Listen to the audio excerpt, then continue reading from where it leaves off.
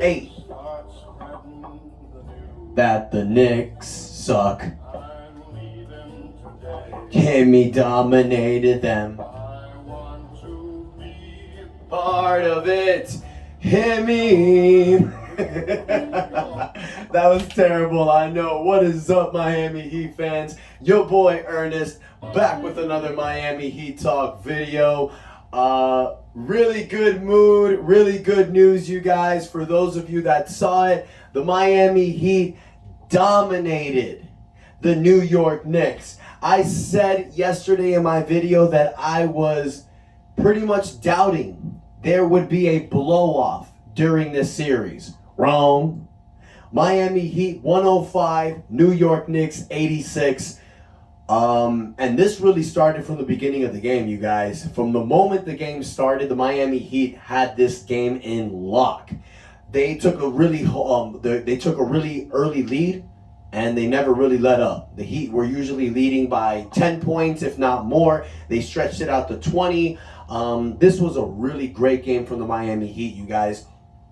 Player of the game obviously goes to the man whose shirt I'm rocking. Thank you, Barstools, for this one. Got my Himmy shirt on. Jimmy Butler goes out there with 28 points. Gives New York the business. Locking down Himmy mode. Showing people that the ankle was not something to be worried about. So he really did his thing. But flowers I got to give to the game, you guys. A couple players stepped up. Normally I like to give flowers to one person. So we're going to separate these flowers. We're going to give some roses out there, like my wife was telling me. Let's give some roses to Bam Adebayo first and foremost. Dude stepped up yesterday. You know, we all called Bam's toughness into question. We all called Bam's heart into question.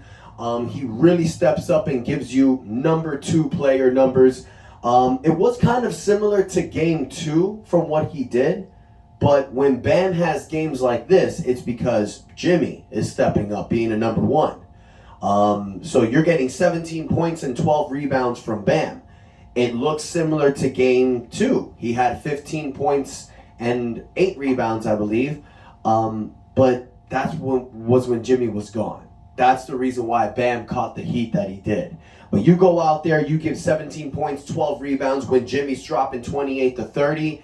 It's like I said yesterday. If Bam is giving you these type of numbers, 20-10 numbers, the Miami Heat are going to be impossible to beat.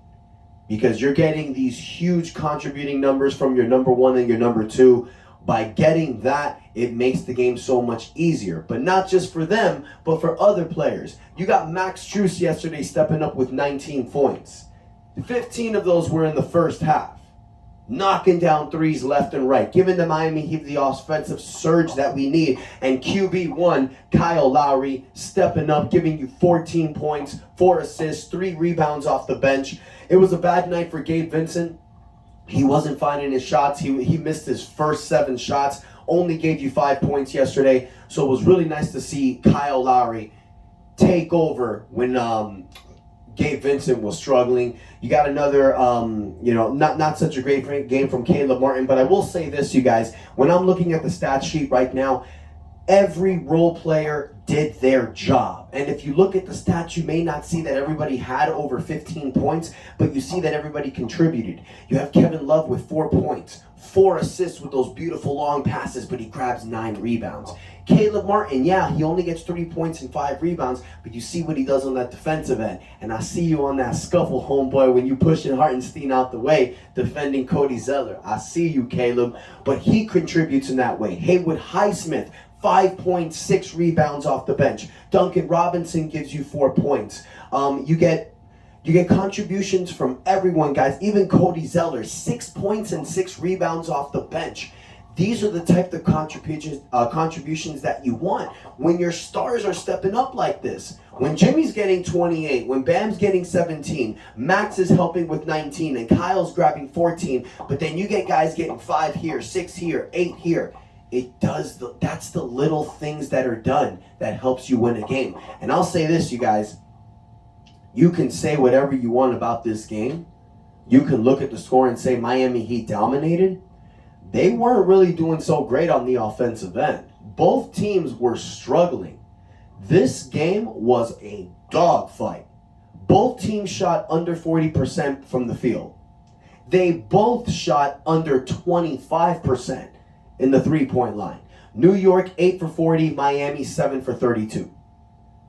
So it's not like the Miami Heat dominated in the scoring front because they shot better. The reason why Miami Heat won this game, in my opinion, were two reasons. First reason, all the little things that you don't see. The charges, the hustle plays, diving for loose balls. The Heat wanted it more. Defensively, they shut down the New York Knicks. In game one, you had three guys get you almost over about 25 points. Game three, Jalen Brunson 20 points, Julius Randle 15. You get 15 from Josh Hart. You get 10 from Julius Randle. Bam Adebayo locking it down. The Heat didn't play zone. They did man-to-man. They took Bam right onto Julius Randle, and it worked. But then you get 14 from R.J. Barrett. It wasn't a great game offensively for New York. Miami were doing their job defensively. But another reason why I feel like the Heat won, in game 1 and 2, Hartenstein and Robinson, they were doing their job. Both of these guys, Robinson starts at center, Hartenstein comes off the bench. They're doing their job against Bam. Yesterday, they both absolutely sucked. Mitchell Robinson was getting into early foul trouble. And by the time he got 4 fouls, Thibodeau sat him in the bench and never brought him back in the third quarter.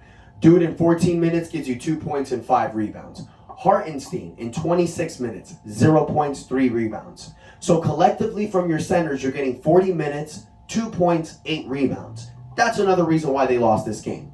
Miami were hitting the boards better. Rebounds was something that we were lacking this entire playoff series. But then you got guys like Bam, Kevin Love, Cody Zeller, Hayward Highsmith, Caleb Martin. They're all grabbing 5 rebounds or more. Kyle Lowry gets you 4. Jimmy gets you 4. Everybody's hitting the boards. And when the Heat hit the boards like that, when they're playing tough defensively like that, they're taking charges, they're diving for loose balls. You are seeing the difference of Miami Heat culture in the playoffs, you guys. This is something that I'm loving, bro, because the Heat are showing you that they are that team. They have that same capability that they had last year. This wasn't off season during the year, but playoff mode, Jimmy stepping up and other guys are answering the call. So tomorrow, you guys, we got game 4. This is a big game for Miami. We could take a strangle on this series like we did with Milwaukee. If we can win game 4 tomorrow, you guys, I predicted in the beginning, Heat in 6. That's what I really think what might happen. This New York team, say what you want, they are tough, they are scrappy, and they're going to come back and hit us hard.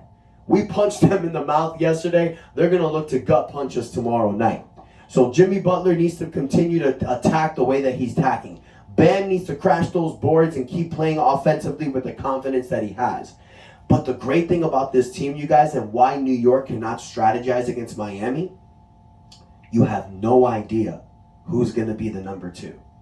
You know Jimmy's going to do his thing. And New York tried double teaming him a lot, you guys. But Jimmy was able to find someone else to step up. And on any given night, you don't know who's going to do it. Because yesterday it was Max Strus and Bam Adebayo. But Monday it could be Gabe Vincent. Then in game 5 it could be Caleb Martin. It could even be Cody Zeller. It could be Duncan Robinson giving you 9 3-pointers out of nowhere. You can't strategize against this team besides Jimmy Butler because you don't know who's going to do it. But because they all have the capability. This is a deep Miami Heat team, you guys. They are proving it, they are showing it, and they are led by this dude. This man. Jimmy Butler. He will lead us to the promised land. We will go to the Eastern Conference Finals, and we will be rightfully back where we deserve to be. Miami Heat in the NBA Finals as the 8th seed will be one of the greatest stories of all time. One that has not been told in 24 years. Since you, the New York Knicks. And I want to hear from you fans. Come on, New York. If you guys think I hate you guys trolling in my comments, absolutely not. I love it. I need to hear what y'all saying. Some of y'all in my comments talking about you can't wait to see the Heat fans cheering for the Knicks in game 3. I didn't hear that. It was Heat Nation all day, baby. White hot. That's what we do.